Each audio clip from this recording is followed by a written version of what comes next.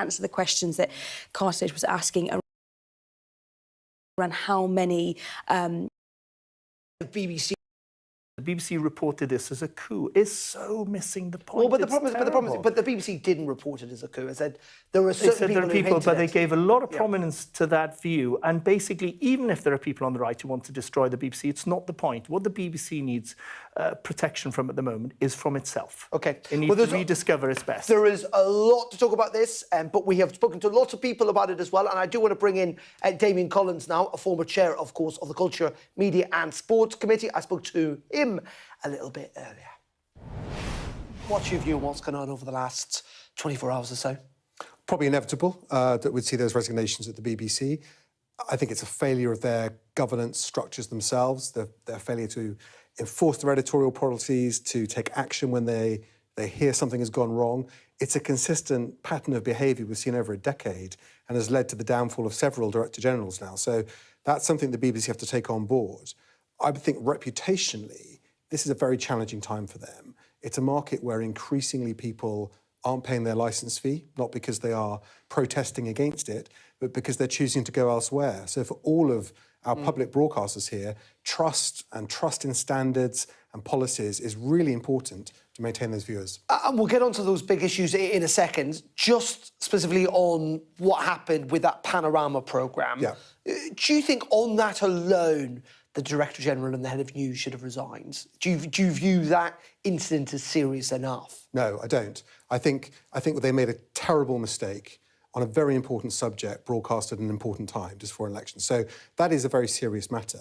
Did that Panorama programme misrepresent Donald Trump's speech and his intentions that day? I don't think he did. I think there's a case to be made that he was inciting that crowd. He was challenging the Congress to overturn the result of the US presidential election and to march on the Congress to put a bit of backbone in their representatives there to do just that. And I think the editing of that film was irresponsible. But you look at the whole speech, watch the whole speech, did it misrepresent what he said? No, I think the failure of the BBC... He's called it a perfect speech and would deny that, obviously. Yeah, but he would. But I think it was a highly irresponsible speech that led to a terrible action. So why do you think... And people's deaths. Why do you think they have resigned then? I think this is one of a series of failures now of editorial policy.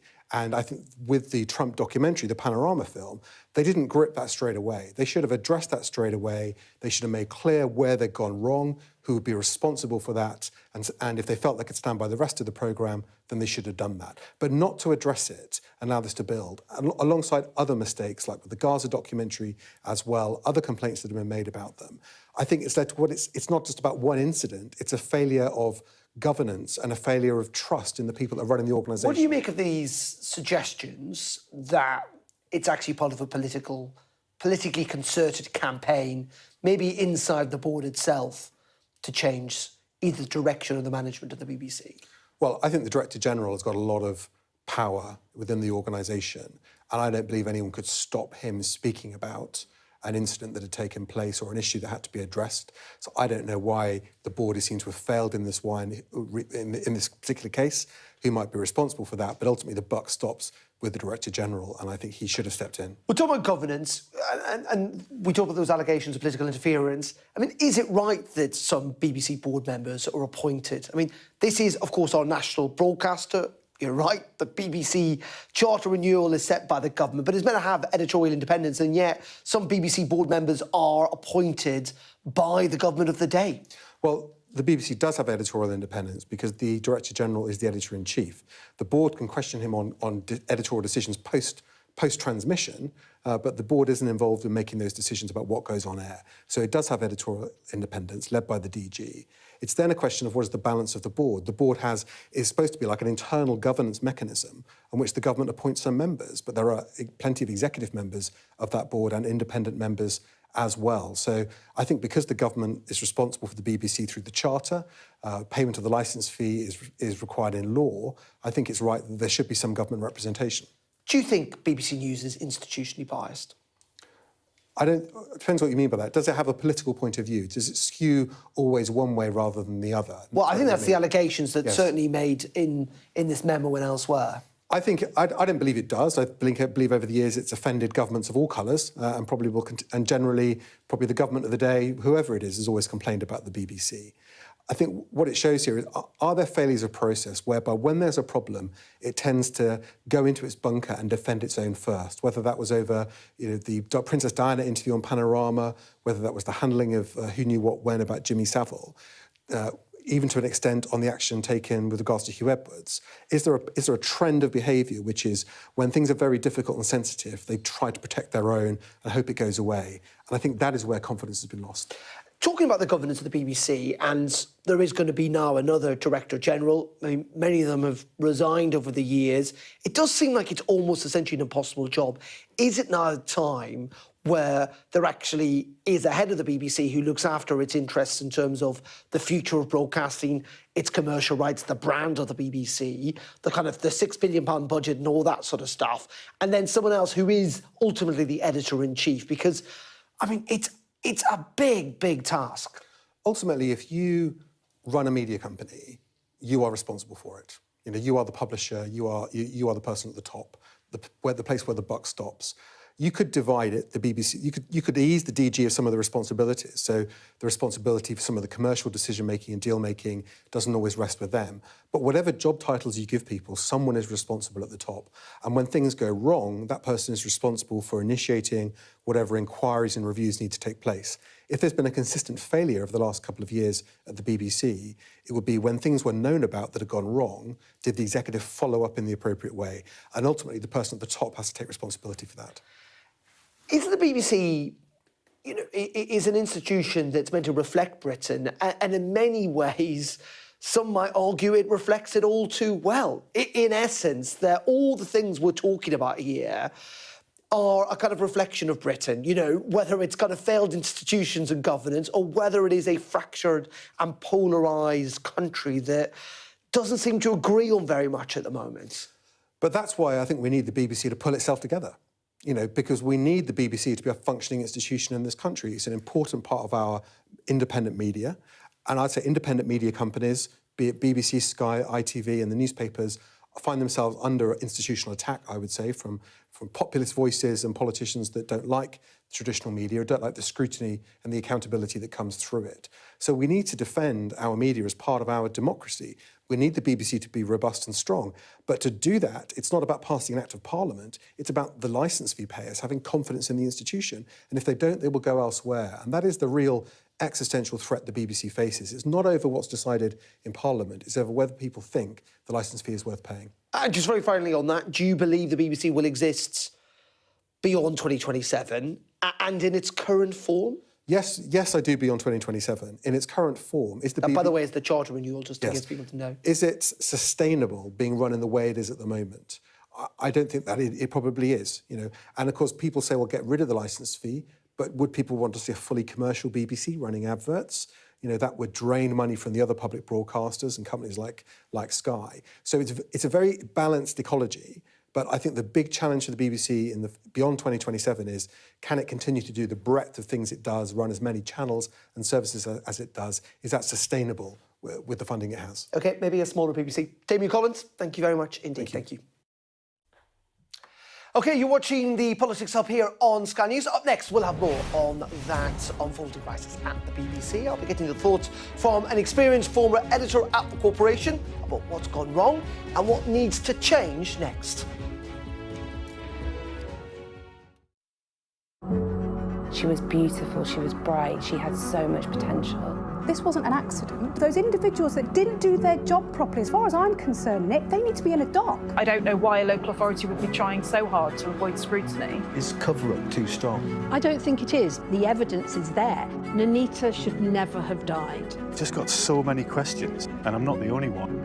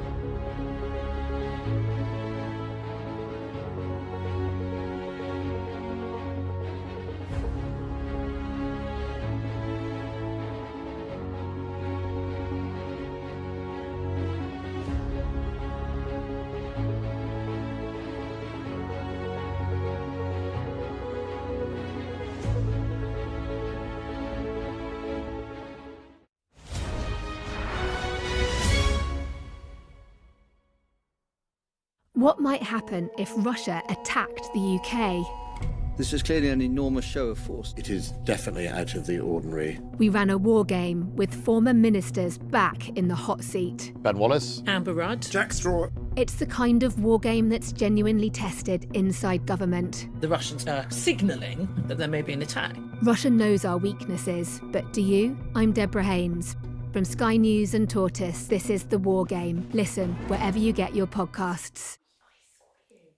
Welcome back to the Politics Hub here on Sky News. Now, we've been discussing, of course, that crisis at the BBC today. And for more on this, I did get the thoughts of Rob Burley, who spent many years at the corporation, including as the editor of live political programmes. He's more recently worked here at Sky News too. And here's what Rob had to say.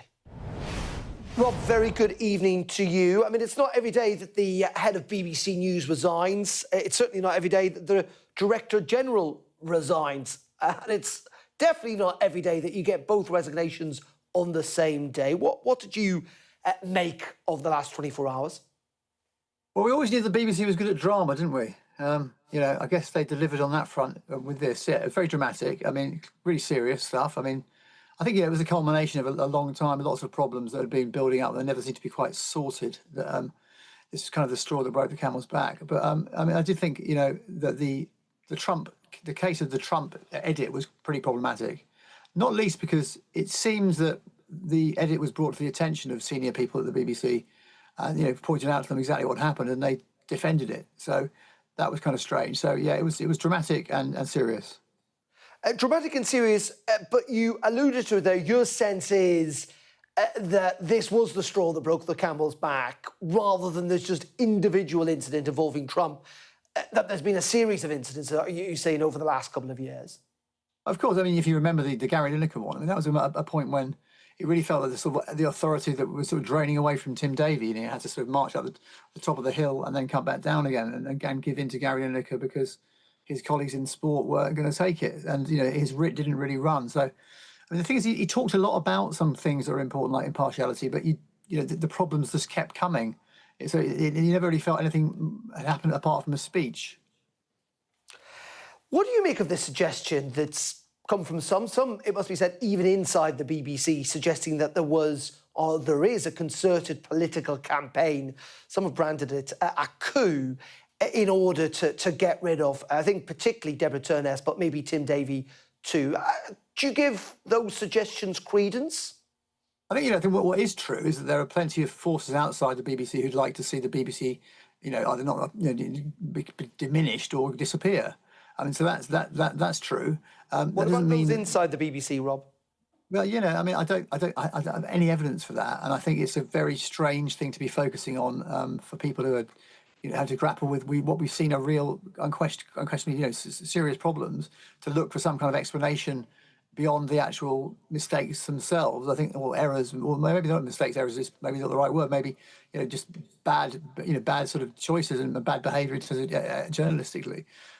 So to try and, you know, slightly camouflage that by saying it's all to do with an internal thing, I don't know we've seen any evidence for that. It's sort of all supposition and whispers and things. Where's the evidence that that's the case? The memo has got evidence in it about things going wrong. So I think, you know, that seems to be the focus. If there is evidence of it, then, you know, let's see it. Well, indeed, but I'm only suggesting this because some BBC presenters themselves have suggested this on air. But as you said, they don't seem to have much evidence. So let's move on to, I think, the bigger, more concerning claim for the BBC, something that Deborah Turness denied as she was going into work today, is this idea of institutional bias inside the BBC. You worked at the BBC for a long time. You still know a lot of people who do work there. Do you think it's institutionally biased? Okay, so I think it does have broadly speaking, a slightly left-leaning kind of profile in terms of the attitudes of the people that work there. So that's, I mean, that's not a great surprising thing to say, really, about the BBC. I think it's probably true. It felt like that to me, but it doesn't mean those people didn't successfully sort of leave that behind at the door, because the vast majority of those I've ever worked with absolutely did. But we do see certain areas. Can I just pick up on that, Rob? Sorry to interrupt. You say that that's unsurprising. Why is it unsurprising? And also, why is it? Why do you think the BBC is slightly left-leaning? Well, I think it's unsurprising in the sense I remember Andrew Marr when he first joined the BBC getting into a bit of trouble for stating it as well at an event because I think people outside it sort of accept that it's the kind of people who are motivated to go there tend to come from a certain background or a certain perspective on the world. But as I say, I don't think those are unchanging attitudes. They may change over time, but also what you really, the vast majority was when I was there. My views were, I wasn't interested in my views being promoted. I was interested in impartially covering stories. If you when you're at the BBC, you should love impartiality. It should be an absolute passion, and most people that was the case. So I'm not really saying they act on it. I'm saying that if I'm honest about whether institutionally there's a kind of centre of gravity in the BBC, I would say, and I don't think it's that surprising really, that it probably is a bit centre left. Can I push you on that as well? Because that's really interesting what you say there about the professionalism, if you like, people leaving their views at the door and not want to promote their views. One of the things I've heard recently, and this is not just about the BBC, but indeed across the board, is that things have changed now with a younger generation of people who don't necessarily want to promote their views, but they're very clear that they want certain views to be heard. And that makes things more difficult in newsrooms these days. Is that a fair characterisation? I think it is. I think that's happening, and I think one of the things that happened with the BBC, and it sounds like a technical thing, so it's kind of a bit of a bore, but it's true, is that because of the amount of cuts they had to make back at the beginning of this decade in 2021, they introduced a massive reorganisation, which effectively tore out the heart of the sort of institutional memory of the BBC. Loads and loads of people who were sort of managers or on their way to becoming managers probably or senior, their jobs were sort of done away with, and that meant that there was sort of a group of very senior managers and then a younger sort of a cohort of actual journalists, and you lost the people in the middle who might be able to guide you. No, that edit should perhaps be done in a different way, or you shouldn't choose that. Or have you thought about the other angle on the story? As an editor at the BBC, that's what I was doing all the time. We always talked about things, and that was part of the role. If you take that away, then you leave, and you sort of, and it dovetails with the moment where there is this sort of feeling of a generation that has certain views they think are sort of almost articles of faith rather than just an opinion. Okay, that's quite a bad combination. And just very finally, Rob, just on the future of the BBC, how serious do you think this is, more generally? And also, is it fair to say that being Director General of the BBC is too big a job for one person? Well, it is huge. I mean, that's a good point. I mean, I don't know how they might need to think about how they support that role. There used to be a Deputy Director General back in the day. But for me, I really hope it's a moment of opportunity for the BBC to find the right people to lead it forward and to be muscular about impartiality, deal with these concerns, be strong with those people that work there, and say everyone should almost. You wonder whether everyone should walk in that door and they have to sign a piece of paper that pledges that they will not promote their own worldview while they're doing their journalism. You could call it maybe the JK pledge or the rolling pledge or something like that. It might catch on, but that's the kind of it has to be no doubt that the BBC is impartial, because without that impartiality, it's sunk. Okay, Rob, we appreciate your time. Thank you very much indeed. Well, let's wrap this all up with Gita Harry, Sonia Soda and Rob Powell, who are all with me. Institutionally biased. I think that's probably the most or the gravest allegation today. What do you reckon? Are they institutionally biased? Yeah, I come back to on certain issues, there is a bias, there is a lean, and the problem is it's on the most contested issues, not the least contested issues. So it is sex and gender. Is this a left-wing, right-wing thing, or is that kind of too almost basic these days? Well, yes, I think there is an element of that, because I think, again, if you take the issue of sex and gender, there was this sort of left-wing orthodoxy for a number of years that prevailed, which was that if you didn't agree to the idea that people should be able to self-identify into spaces that are normally reserved for people of the opposite sex, you were some sort of bigot, which is a ridiculous thing to argue, because there are plenty of people who think that, including left-wing feminists like me. But that was a very liberal elite orthodoxy, and it gripped a lot of institutions.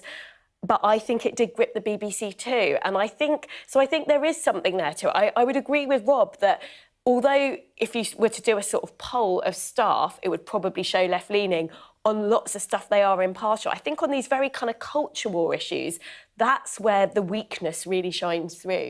Now, we talked about you working for the BBC, but you also work for some man who's been quite vocal about this, particularly in recent days, but was when he was Prime Minister, of course, that is Boris Johnson. He definitely thinks it's institutionally biased. You've seen maybe both sides of the curtain. What do you reckon? Yeah, I think, it's almost as simple as saying there's a majority of people in News England Affairs who would go for The Guardian rather than the Daily Mail.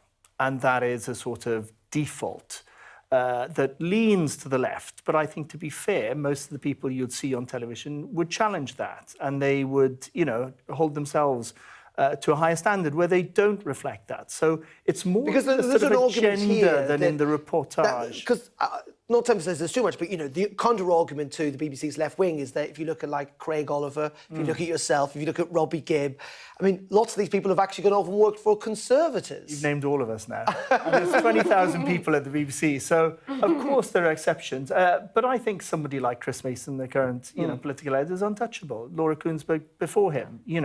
I genuinely would not know how they vote. And in the 18 years I was there, 4 parties thought I was on their side and 4 parties thought I was against them, depending on who they were and all that. So, and that is the deal. So when I realised, which during the Gulf War, when Tony Blair backed George Bush into taking into Iraq, I did not want to be unbiased anymore. I wanted to go out there and scream, this is a bad idea, this is immoral, illegal. And I realised that it was time to leave the BBC, because you can't have your own agenda and take advantage of this huge privilege that you are allowed into the living room of everyone. OK, Rob, let's turn to a bigger point here, because, not to use the terrible cliche, but this couldn't come at a worse time for the BBC. And that is true to the degree that we've got this big discussion over the next year or so about the charter renewal, about whether the BBC should continue, in what form, and most certainly how it should be funded. Yeah, the current charter runs out at the end of 2027. And the charter, is the BBC's constitution. It tells the BBC how it's governed, its accountability, its mission, and as you suggest, importantly, its funding. Now, Lisa Nandy, the Culture Secretary, had already talked about possibly considering other models, different models of funding. Actually, I was reading an interview Tim Davie gave earlier this year when he said something else might be more relevant to, if anything, cut the sort of grinding level of cuts that the BBC's experienced recently. And I think to go back to the sort of discussion around the politics you have earlier, you can only imagine where this discussion would be if you had Conservatives in power, or indeed this was pushed back a few years and you have the potential of a reform government negotiating this as well. But I think the reason why sagas like this don't help is that if you are wanting to maintain a publicly funded system, a licence fee, you need public trust and faith in the BBC more broadly. If that starts to ebb away, as it has been generally just for all big institutions, then the argument for a licence fee ebbs away as well. So I think this is where it feeds into a more existential question about the BBC, what role it can play, it should play in a polarised world where people are getting news from elsewhere. What's the role for the BBC in that? And that's why the Donald Trump thing is so damaging, because the argument for the BBC is in that polarised world, you need a trusted source that is unpartisan and reliable. So to have Donald Trump sort of accuse you of fake news and be right on this occasion. He's got a point, yeah. It's sort of, he is bang to rights that was a misleading piece of reportage. People would say you could have something like look. BBC Verify if you're not necessarily able to verify kind of something on top. Just very briefly, because we've got about 30 seconds left on this, the problem for the BBC might be, and we've already seen this, people just not paying the licence fee. Yes, and that may be a problem for the corporations. People just switch away from linear TV altogether. I think the BBC's got to make the case, because I think people feel like they have more choice now and they might just want to subscribe to, streaming platforms, I won't name them, won't give them free advertising, instead of paying their licence fee and, using their TV. So the BBC is facing more competition in that sense than it ever has before. And Kitto, I said earlier on that we see this tag BBC crisis seemingly almost... I mean, we have to remember, like, every 10 years we seem to see a resignation of a Director General. How serious is this one? I think this one is serious because the issue is one of trust, and the issue is one of objectivity, and the issue is one of that goes to the heart of what the BBC is there for, to provide a trustworthy, objective view of the world. when others are rightly, some channels opinionated, others, less responsible. So that's why it's serious. And there's a question about who would want the job now, because it's also a bit of a nightmare. OK, indeed, yes. Rob, for the moment, thank you very much indeed. And that story is obviously going to feature in tomorrow's papers. And we've got our extended press preview from 10:30 this evening with tonight's news and tomorrow's headlines. Joining us will be the columnist at the Daily Mirror, Kelvin McGuire, and the Daily Mail's columnist, Sarah Vine. OK, you're watching the Politics Hub. Up next, we're going to bring you exclusive details of a row over £800,000 and your party with Zara Sultana and Jeremy Corbyn. We'll have all the details after the break. Stay tuned.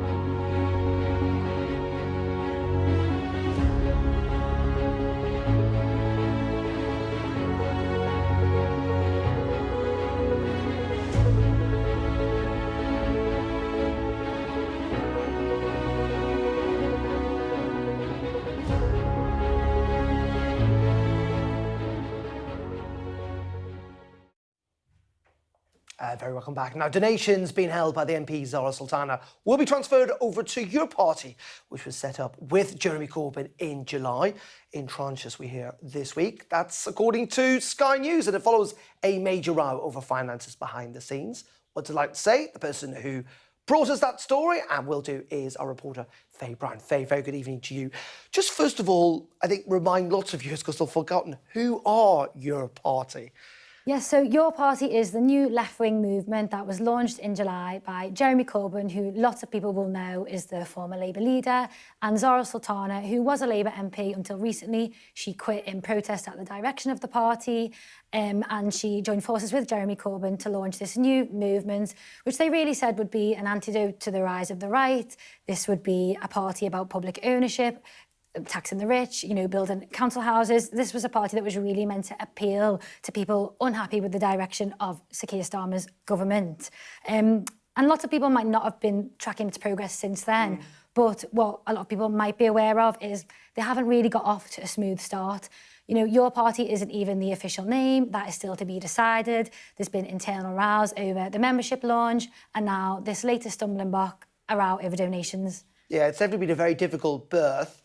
And what's also fascinating about this, because I said lots of people haven't heard of this party, but a lot of people have, and they've actually given quite a lot of money, haven't they? Yeah, that's right. So when your party launched in July, they launched a website and there was lots of excitement around this and people really keen to see this get off the ground, donated money. So around £800,000 was raised within 2 months or so. But what those people might not realise is your party still can't spend that money. It still doesn't have access to that money. And that's because that money went into a company called MOU Operations. And this company was only ever meant to be a holding vehicle until your party registered with the Electoral Commission. That happened at the end of September, but still there's been no transfer. And in order to really resolve this dispute, Zara Sultana stepped in and she took over MOU about 10 days ago. So she's the sole director and has sole control over this money. But still, no transfer has happened. And over the last week or so, that has led to some rather negative briefings against Zara Sultana. There's been suggestions that, you know, she is holding on to this for her sort of own gains and that there's some sort of deliberate delay. And today, her allies strongly deny that. They say that £600,000 will be transferred over in tranches, starting with a transfer this Wednesday, and that the rest will be sent over once the company's costs, expenses and liabilities are settled in full. Well, that has spooked some people who are not so trusting in Zara Sultana because they think she is essentially going to hold some of this money back in case there are any consequences of when she launched that unauthorised membership portal a few weeks ago, which has potentially opened the door to fines over data breaches, although on the surface, a Your Party spokesperson is saying that they are completely focused on putting together a successful conference and they want Britain to have a sort of socialist alternative it so badly needs. Indeed, Faye, thank you very much indeed for that. I mean, I don't even know where to start with this, Sonia. Yeah, you think it sort of couldn't get worse with the disorganisational chaos and the fallouts of this new fledgling movement, and then it does.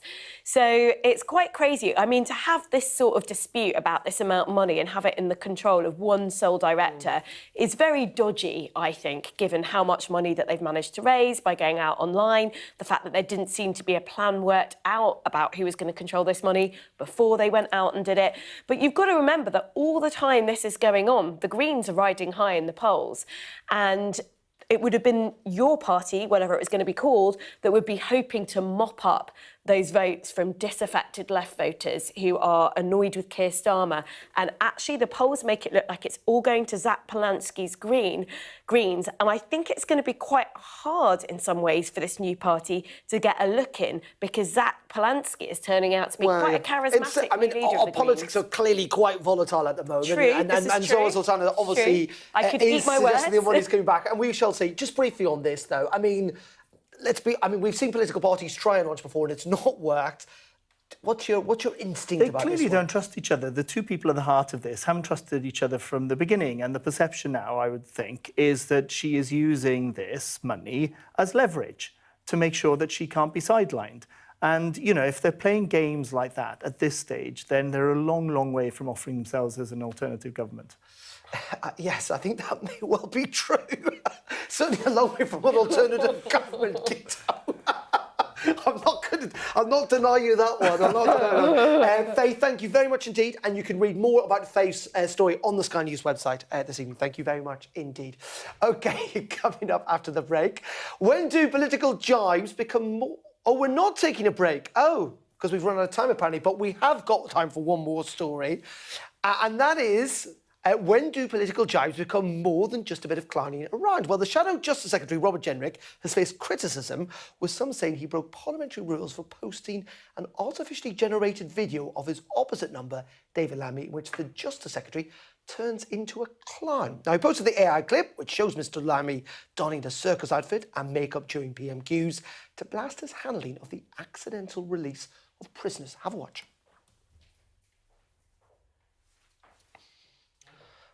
Well, apparently we're not going to watch that because the video shows the Justice Secretary transforming from the side of the dispatch box to him suddenly changing on the floor of the House basically, so he's dressed as a clown. Now, we're not going to show you the video because there are very strict rules about showing anything that plays or messes around with the feed from the Houses of Parliament. But earlier, the Shadow Cultural Secretary, Nigel Huddleston, did defend the Shadow Justice Secretary.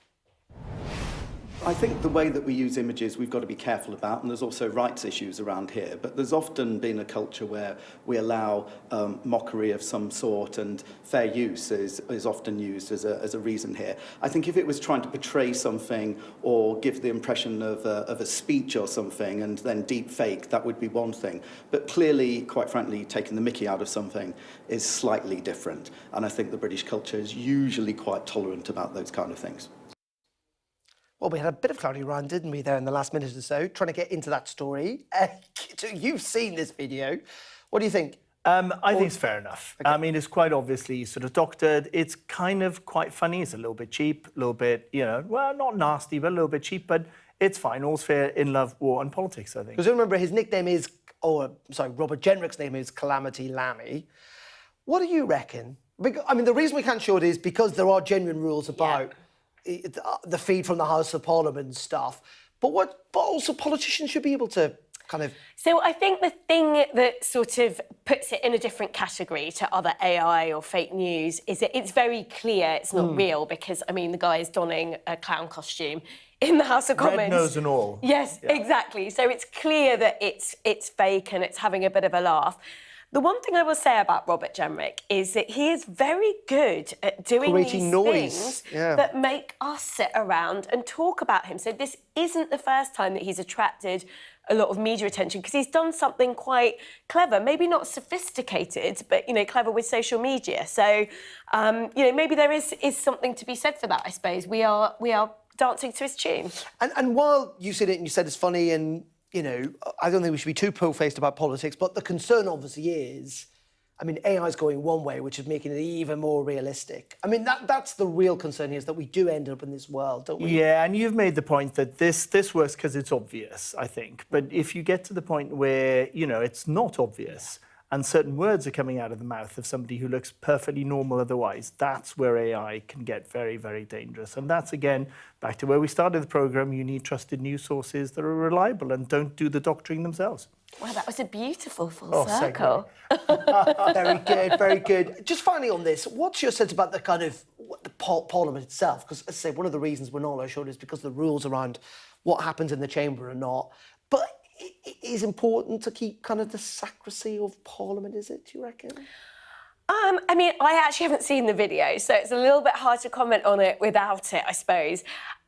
I sort of think that, you know, if it's obviously a joke, I do think the public tend to be quite tolerant of this. And, you know, I don't share any of Robert Jenrick's politics, but I think efforts to bring humour into politics are not necessarily a bad thing because, you know, it makes more people sit up and listen. And if he's censored for this, if he's actually disciplined for doing this, we'll all be talking about it for longer and longer, you know, mission accomplished. It may be that old adage of all publicity is good publicity when it comes to it. Oh, I'm sure that is what Robert Jenrick thinks. I have to say, you're very right in the sense that he is very good, some might say better than the leader, at generating noise around stories that he wants to talk about. Sonia, Gita, thank you very much indeed for joining us tonight. Up next, it is the UK Tonight with Sarah J. May.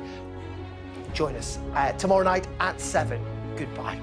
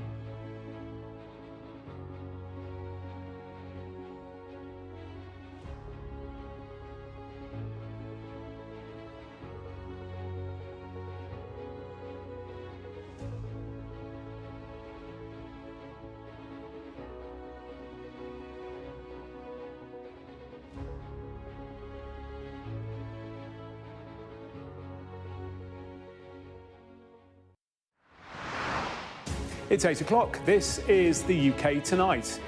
An apology from the BBC chair for the mistakes that cost two senior executives their job as a legal showdown approaches with the White House. A $1 billion lawsuit in prospect after Donald Trump's lawyers write to the BBC asking for a retraction, an apology and compensation.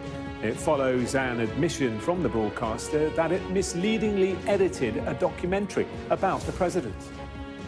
Coming up, I'll be getting all the political reaction to the BBC crisis and hear from veteran broadcaster Jonathan Dimbleby, who tells me that Mr. Trump's attack on the BBC is outrageous. Also tonight, I speak to former England player and football pundit Eni Aluko about Joey Barton's conviction for offensive social media posts about her and others, and the impact it's had on her career and personal life. Plus, a special investigation into the rise of Christian nationalism in the UK and the debate that it sparked among church leaders. All that to come and much more on the UK Tonight.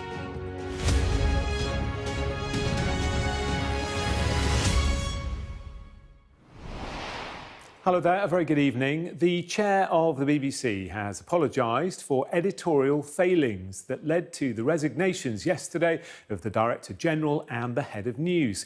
Tim Davie and Deborah Turness both quit after a row over impartiality that centred around the editing of an edition of Panorama about Donald Trump and the January the 6th insurrection. A section was removed where he said he wanted supporters to demonstrate peacefully. Well, the BBC now faces the threat of legal action by the president, with Mr. Trump's lawyers asking for a full retraction and apology, plus compensation, or he'll sue for $1 billion in damages. Here's our arts and entertainment correspondent, Katie Spencer. Resignations, rumours of a coup, and now a looming legal threat. If things weren't bad enough at New Broadcasting House following the resignation of Director General Tim Davie and his news CEO Deborah Turness, we're going to walk down and I'll be there with you. We're going to walk down. Cue confirmation that US President Donald Trump is so enraged by how his speech was doctored in this episode of Panorama, he's now threatening to sue. This, a copy of the letter sent on his behalf, the last line of which saying, if the BBC doesn't retract the programme and apologise by November the 14th at 5 p.m, President Trump will be left with no alternative but to enforce his legal and equitable rights by filing legal action for no less than $1 billion in damages. The BBC, it says, is on notice. Today, a written apology to MPs from the chair, Samir Shah, one of the last men standing, as he spoke to his own news channel about what went wrong. The apologising is for the way the team edited President Trump's speech to his supporters on January the 6th. The chain of events which has upended things within the BBC was triggered by a memo from Michael Prescott, a former external advisor to the BBC's Editorial Standards Committee, raising concerns about institutional bias over Gaza, gender identity and immigration issues. All these stories and issues that Mr. Prescott raises have been considered at the committee. In fact, indeed, that's how he knows about them, because he's a member of the advisory. So I don't think it's fair to characterise it as some kind of uncovering. Secondly, there's also an impression given that we've listened to these concerns and we've done nothing. And that is also not an accurate representation of both what Mr. Prescott says and what the BBC has done. We heard nothing from the Director General and his news CEO in the days after the memo went to press. And while there was no sign of Davie in his office, Turness entered by the front door saying this. I would like to say it has been the privilege of my career